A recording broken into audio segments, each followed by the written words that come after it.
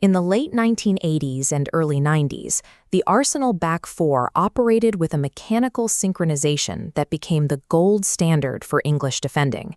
They moved as a single unit, governed by an invisible, rigid logic. This was the creation of manager George Graham.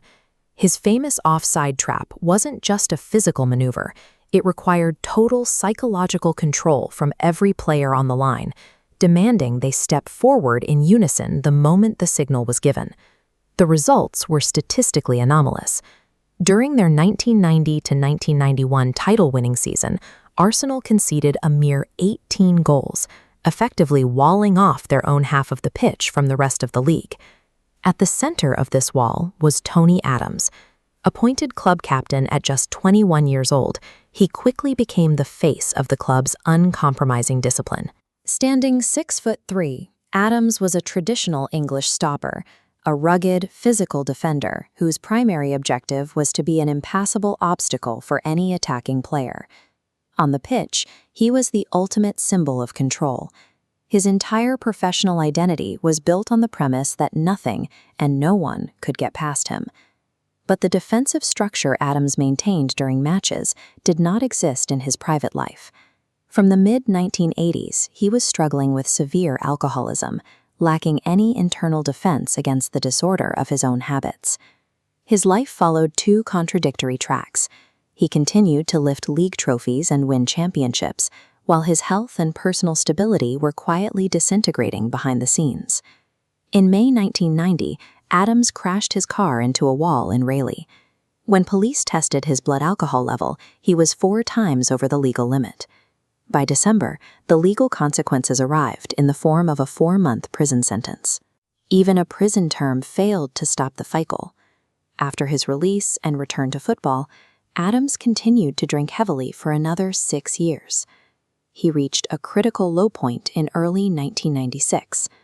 Sidelined by an injury and unable to rely on the routine of match days, he drank 7 bottles of wine in a single evening, realizing he could no longer function. The man who commanded the most disciplined defense in football had found himself entirely unable to stop the chaos in his own head. In mid-1996, Adams made a decision that ran counter to the tough guy ethos of the English game. He admitted he was powerless over his addiction and asked for help. 6 weeks after Adams began his sobriety, Arsène Wenger arrived as the new Arsenal manager. Wenger's parents had run a pub in France, a background that gave him an intuitive grasp of how alcohol could dismantle a person's life. Instead of replacing a struggling captain, Wenger supported Adams's recovery. He overhauled the club's dietary and medical standards, creating an environment that prioritized long-term health over immediate, rigid results. Wenger's approach provided a different model of leadership. He demonstrated that for a player to be reliable, they needed a culture that allowed them to be vulnerable, not just one that demanded they be tough. This shift in culture translated directly to the pitch. Under Wenger, Adams moved away from the traditional long ball clearance, instead receiving the ball deep and carrying it forward into the midfield himself. He moved away from the static role of a stopper, evolving into a ball-playing defender who was comfortable taking the initiative and managing the flow of the game. The results were clear. Adams captained the club to 2 Premiership and FA Cup doubles in 1998 and 2002. This evolution on the pitch reflected a change in his leadership style. By discarding the rigid, fear-based patterns of his early career, he became a more versatile captain, capable of adapting to the game's risks rather than just trying to block them. Adams retired in 2002 after 674 appearances for Arsenal.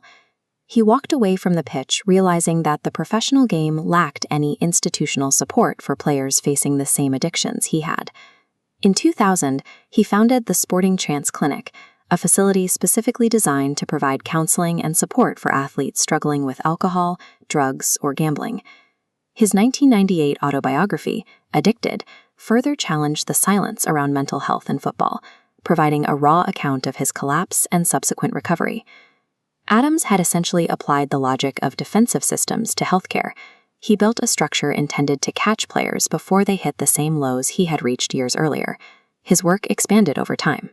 During the COVID-19 pandemic, he launched 6 mental health solutions to provide addiction and mental health services to a broader range of businesses and employees.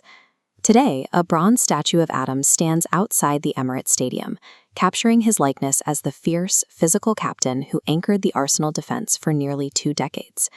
While football history remembers him as a legendary stopper, his career after the game has been defined by a different kind of resilience. By dismantling his own defenses and speaking openly about his collapse, he provided a blueprint for others to do the same, shifting his life's work from stopping goals to supporting recovery.